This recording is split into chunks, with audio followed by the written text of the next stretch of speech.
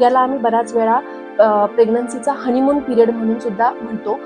तुमच्या बाळामध्ये काय बदल होतात, तुमच्यामध्ये काय बदल होतात, नंतर तुम्ही स्वतःची काय काळजी घ्यायला पाहिजे. चौथ्या महिन्यापासून तुम्हाला जे प्रेग्नन्सीचे सिम्पटम्स जाणवत असतात पहिल्या 3 महिन्यांमध्ये आणि जे तुम्हाला खूप त्रास देत असतात, गरगरणं, मळमळणं, चक्कर येणं, उलट्या होणं, तर हा महिना बाळाच्या अवयव वाढीसाठी खूप महत्त्वाचा असतो. चौथ्या महिन्यापासून आम्ही तुम्हाला गर्भसंस्कार सुद्धा करायला सांगतो, कारण की आता तुमचं बाळ ऐकू लागतं, त्याला उजेडाचा, अंधाराचा सुद्धा समज यायला लागतो. चौथ्या महिन्यातच पासूनच सगळ्यांचं पोट दिसेल असं नाहीये. खूप थिन पेशंट असतील तर झोपवल्यानंतर जर आम्ही पोटावरून चेक केलं तर बऱ्याच वेळा त्यांचं युट्रस आमच्या हाताला लागतं. त्यानंतर या महिन्यापासून तुमच्या शरीरात काही वेगळे हॉर्मोन्स तुमच्या ब्रेनमधून थोडं ACTH जास्त सिक्रेट होतं, प्लासेंटामधून सुद्धा ते ACTH सिक्रेट होतं आणि गर्भाशयाचा आकार वाढलेला असतो आणि त्यामुळे तो गर्भाशय आता हळूहळू आपल्या महत्त्वाच्या ज्या धमन्या असतात पोटामध्ये, एओर्टा आणि वेना केवा, याला प्रेस करायला लागतात आणि त्याच्यामुळे बऱ्याच वेळा रक्तपुरवठा थोडासा खालच्या अंगाला कमी होऊ शकतो. डॉक्टरांकडे गेल्यानंतर डॉक्टर तुमच्या काही तपासण्या करू शकतात.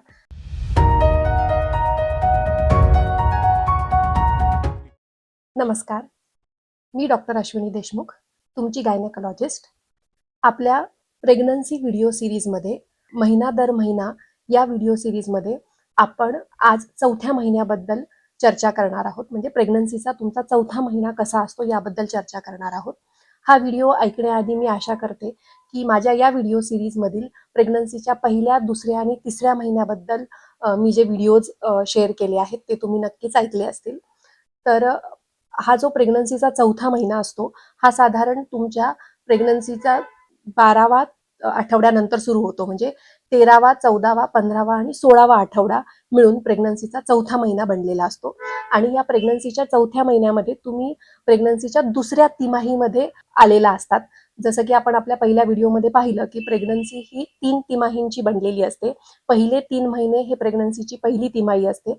नंतर प्रेग्नन्सीचा चौथा, 5वा आणि 6वा महिना मिळून प्रेग्नन्सीची दुसरी तिमाही असते आणि ह्या दुसऱ्या तिमाहीमधलाच पहिला महिना म्हणजे प्रेग्नन्सीचा चौथा महिना असतो. हा महिना किंवा ही तिमाही पूर्णच म्हणजे चौथा महिना, 5वा महिना आणि 6वा महिना, याला आम्ही बऱ्याच वेळा प्रेग्नन्सीचा हनीमून पिरियड म्हणून सुद्धा म्हणतो.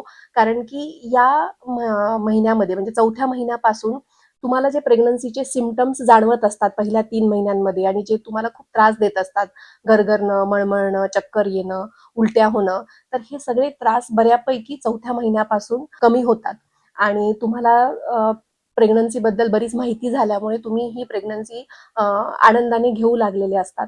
आणि बाळ सुद्धा, बाळाचे पण वेगवेगळे अवयव या महिन्यामध्ये तयार व्हायला सुरुवात होतात आणि बरेच जे काही म्हणजे कान, नाक असे अवयव डेव्हलप व्हायला लागल्यामुळे तुमच्या आणि बाळामध्ये एक नातं तयार व्हायला लागतं आणि म्हणून हा महिना खूप महत्त्वाचा आहे.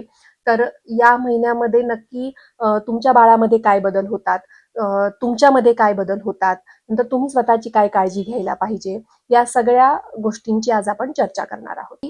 चौथ्या महिन्यामध्ये बाळामध्ये काय काय डेव्हलपमेंट होते, तर हा महिना बाळाच्या अवयव वाढीसाठी खूप महत्त्वाचा असतो. बाळाचे सगळे महत्त्वाचे अवयव जे की वाढायला सुरुवात झालेले असतात 3ऱ्या महिन्याच्या सुरुवातीला, ते आता बऱ्यापैकी तयार झालेले असतात. जसं की बाळाचं हृदय, बाळाच्या हृदयातले वेगवेगळे चेंबर्स तयार झालेले असतात. त्यामुळे चौथ्या महिन्यामध्ये तुम्ही बाळाचे ठोके सुद्धा डॉपलर मशीननी ऐकू शकता, तुमचे डॉक्टर ते ऐकवू शकतात. बाळाची ब्रेन डेव्हलपमेंट बऱ्यापैकी होते.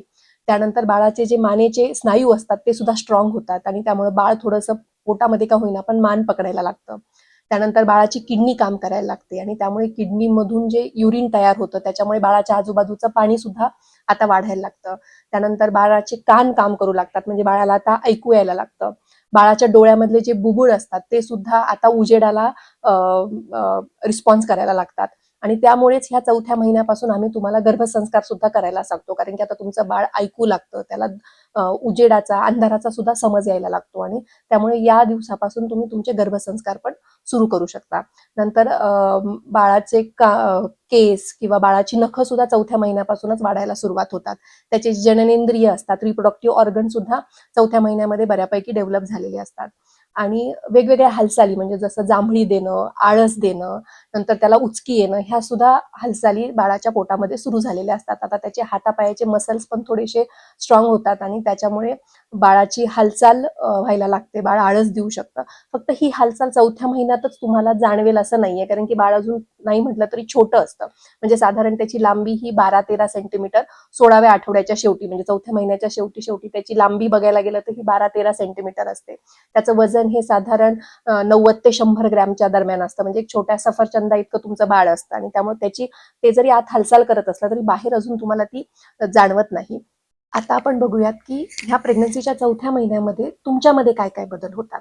तर आता मी सांगितलं तसं की ह्या महिन्याला आम्ही किंवा या महिन्यापासून तुमचा प्रेग्नन्सीचा हनीमून पिरियड सुरू होतो. म्हणजेच काय की तुमचे प्रेग्नन्सीतले बऱ्यापैकी त्रासदायक सिम्पटम्स आता कमी व्हायला लागतात. सगळ्यात त्रासदायक म्हणजे जो HCG हॉर्मोनमुळे तुम्हाला खूप मळमळ आणि मॉर्निंग सिकनेस होत असतो, उलट्या होत असतात, ते बऱ्यापैकी कमी होतं आणि तुमची उलट भूक वाढायला लागते. तुम्हाला आता जेवण्याची इच्छा व्हायला लागते. आता यानंतर तुमच्या शरीरात प्रोजेस्ट्रॉन नावाचं हॉर्मोन जास्त वाढायला लागतं आणि हे जे प्रोजेस्ट्रॉन हॉर्मोन असतं याचं सगळ्यात महत्त्वाचं काम आहे की ते मसल रिलॅक्स करतं. तुमच्या युट्रसला मध्ये त्याचं काम हेच असतं की ते युट्रसला रिलॅक्स करतं आणि जेणेकरून युट्रसची वाढ होईल, स्ट्रेच होईल म्हणून हे काम करतं आणि त्याच्याबरोबर ते बाकीच्या आपल्या स्नायूंना सुद्धा रिलॅक्स करतं आणि त्यामुळे काय होतं की आतड्यांचे स्नायू रिलॅक्स झाल्यामुळे पचनाची प्रक्रिया थोडी स्लो होते आणि त्यामुळे तुम्हाला कॉन्स्टिपेशन होऊ शकतं, म्हणजे तुमचं पोट साफ होणार नाही. त्याच्यानंतर तुमचे जे श्वासोच्छवासाचे स्नायू आहेत त्याच्यावरती फरक पडल्यामुळे काय होईल की तुम्हाला धाप लागू शकते, तुम्हाला श्वास घेणं कधी कधी अवघड जाऊ शकतं आणि त्याच्यानंतर कमरेचे जे स्नायू आहेत ते पण रिलॅक्स होतात आणि त्याच्यामुळे कंबर दुखी सुद्धा तुम्हाला जाणवू शकते. आता पोट थोडंसं पुढे वाढायला लागतं, म्हणजे आता तुमच्या मी सांगितलं तसं की बाळ आता जवळजवळ एक सफरचंदाच्या आकाराचं झालेलं असतं आणि त्यामुळे तुमचं युट्रस सुद्धा म्हणजे गर्भाशय आता थोडासा पेल्विक बोनच्या बाहेर यायला लागतो आणि त्याच्यामुळे तुमचा कमरेचा जो भाग आहे, कमरेचा जो मणका आहे तो आता पुढच्या बाजूला खेचला जाऊन तुमची थोडी कंबरदुखी सुद्धा या महिन्यापासून सुरू होऊ शकते. 4थ्या महिन्यातच पासूनच सगळ्यांचं पोट दिसेल असं नाहीये.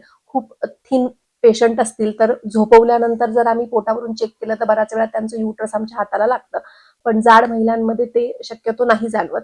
फक्त जर तुमच्या पोटावर ऑलरेडी चरबी असेल तर कदाचित 4थ्या महिन्यापासून सुद्धा तुमचं पोट दिसायला लागू शकतं. त्यानंतर या महिन्यापासून तुमच्या शरीरात काही वेगळे हॉर्मोन्स तुमच्या ब्रेनमधून थोडं ACTH जास्त सिक्रेट होतं, प्लासेंटामधून सुद्धा ते ACTH सिक्रेट होतं आणि त्याच्यामुळे बऱ्याच वेळा या महिन्याच्या शेवटी म्हणजे 4थ्या महिन्याच्या शेवटी तुमच्या चेहऱ्यावरती थोडे काळे डाग दिसणं, मानेवरती काळपटपणा येणं किंवा तुमच्या पोटाची जी सेंट्रल लाईन असते ज्याला आम्ही लिनिया नायग्रा म्हणतो ती थोडी काळपट जाणवू शकते.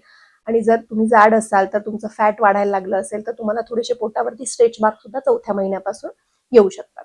तर आता आपण बघूयात की तुम्ही प्रेग्नन्सीच्या 4थ्या महिन्यामध्ये स्वतःची काय काळजी घेतली पाहिजे.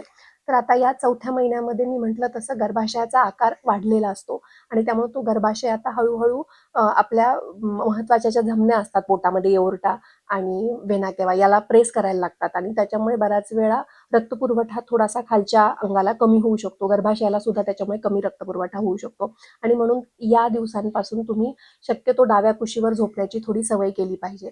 तसेच या गर्भाशयाच्या प्रेशरमुळे खालच्या भागातून, शरीराच्या खालच्या भागातून म्हणजे पायातून वगैरे जो काही रिव्हर्स ब्लड फ्लो युट्रसला गेला पाहिजे, हृदयाला गेला पाहिजे तो कमी जातो आणि त्याच्यामुळे तुम्ही जर सारखं स्टँडिंग असाल किंवा सारखे पाय खाली सोडून खुर्चीवर बसत असाल, तुमचं काम खूप बैठं असेल तर त्यामुळे तुमच्या पायावर सूज येणं सुरू होऊ शकतं आणि म्हणून शक्यतो तुमचं काम असं असेल तर तुम्ही मधून मधून म्हणजे तासातून एकदा दोनदा मधून उठून चालून आलं पाहिजे की जेणेकरून तुमच्या पायांवरती सूज येणार नाही. जेव्हा पण तुम्ही खुर्चीवर बसाल तेव्हा तुम्ही पाय समोर करून बसलं पाहिजे. रात्री झोपताना सुद्धा जर तुम्ही पायाखाली उशी वगैरे घेतली तर ही सूज लवकर येणार नाही, कारण 4थ्या महिन्याच्या शेवटी ही सूज येणं बऱ्याच जणांना सुरू पण होऊ शकतं. आता त्यानंतर आता बाळाची वाढ जोमाने सुरू झालेली असते आणि तुम्हाला सुद्धा भूक लागायला सुरुवात होते. त्यामुळे तुम्ही तुमच्या आहारावरती कॉन्सन्ट्रेट करणं गरजेचं असतं. तुम्ही सर्वांगीण आहार घेणं गरजेचं असतं. पाणी भरपूर पिणं गरजेचं आहे. दिवसातून 3 ते 4 वेळा तुम्ही जेवण करायला पाहिजे. त्यानंतर 3 ते 4 लिटर तुम्ही तुमच्या पाण्याचा इंटेक सुद्धा ठेवला पाहिजे. त्यानंतर ह्या प्रोजेस्ट्रॉन हॉर्मोनमुळे जे काही तुमचे स्नायू थोडे लूज व्हायला लागतात आणि रिलॅक्स झाल्यामुळे काय होतं की तुमची कंबरदुखी, पायदुखी अशा गोष्टी तुम्हाला जे जाणवत असतात त्याच्यासाठी तुम्ही रेग्युलर योगा किंवा काहीतरी एक्सरसाइजेस, स्ट्रेचिंग एक्सरसाइजेस करणं आवश्यक आहे. तर 4थ्या महिन्यामध्ये एक्सरसाइज 4थ्या महिन्यापासून सुरू करणं खूप आवश्यक आहे आणि आत्तापासूनच जर तुम्ही सवय लावली तर तुम्ही 9व्या महिन्यापर्यंत तुम्ही एक्सरसाइज कंटिन्यू करू शकता. त्यानंतर आता बाळाचे जे सगळे अवयव डेव्हलप व्हायला लागलेले असतात, मी तुम्हाला सांगितलं जसं की कान, डोळे, त्यामुळे या महिन्यापासून तुम्ही गर्भसंस्कार सुरू करणं सुद्धा खूप आवश्यक आहे. तर ही सगळी काळजी तुम्ही प्रेग्नन्सीच्या 4थ्या महिन्यात घेतली पाहिजे. डॉक्टरांकडे गेल्यानंतर डॉक्टर तुमच्या काही तपासण्या करू शकतात. तर आता 4थ्या महिन्यापासून तुमचा बीपी रेग्युलर घेणं डॉक्टर सुरू करू शकतात, कारण की या दिवसांपासून तुमचा बीपी सुद्धा जर काही प्रॉब्लेम असेल तर वाढायला सुरू होऊ शकतो. त्याच्यानंतर तुमचं वजन योग्य वाढतंय की नाही हे पण 4थ्या महिन्यापासून आम्ही मॉनिटर करतो. त्यामुळे 4थ्या महिन्यापासून तुम्ही प्रत्येक वेळेस डॉक्टरांकडे गेलात की बीपी आणि वजन ह्या 2 गोष्टी तर डॉक्टर तुमचं नक्कीच चेक करतात. त्यानंतर आत्तापर्यंत म्हणजे प्रेग्नन्सीच्या पहिल्या 3 महिन्यांमध्ये जर तुमच्या रुटीन चेकअप झाली नसतील, जसं तुमचं हिमोग्लोबिन, तुमचा रक्तगट, सिरम मार्करचे HIV, HBCG, थायरॉइड ह्या जर तपासण्या तुमच्या झाल्या नसतील तर डॉक्टर त्या करून घेऊ शकतात. महत्वाची जी सोनोग्राफी आहे ही 3ऱ्या महिन्याच्या शेवटीच किंवा 4थ्या महिन्याच्या सुरुवातीलाच तुमची NT स्कॅन झालेला असतो. त्यामुळे 4थ्या महिन्यामध्ये जर तुम्हाला दुसरा काही प्रॉब्लेम नसेल, जसं पोट दुखतंय किंवा ब्लिडिंग होतंय असं काही जर झालं नाही तर सोनोग्राफी सुद्धा 4थ्या महिन्यामध्ये केली जात नाही. पोटावरूनच डॉक्टर तुमचा गर्भाशयाचा जो वाढ आहे ती चेक करतात. मी तुम्हाला सांगितलं तसं गर्भाशय हा पेल्विक बोनच्या थोडा वरच्या साईडला आलेला असतो, ते आम्ही पोटावरून बघून चेक करतो. आणि जर कधी कधी बाळाचे ठोके सुद्धा ऐकू येतात, त्यामुळे कधी डॉपलरच्या मदतीने डॉक्टर तुमचे बाळाचे ठोके ऐकू शकतात. 4थ्या महिन्यामध्ये डॉक्टर तुम्हाला आता काय औषधं देऊ शकतात. तर जर 3ऱ्या महिन्यापर्यंत आपण जे मेडिसिन घेत असतो, की जसे की तुमची उलटी मळमळीचे मेडिसिन चालू असतात, फॉलिक ऍसिड चालू असतं.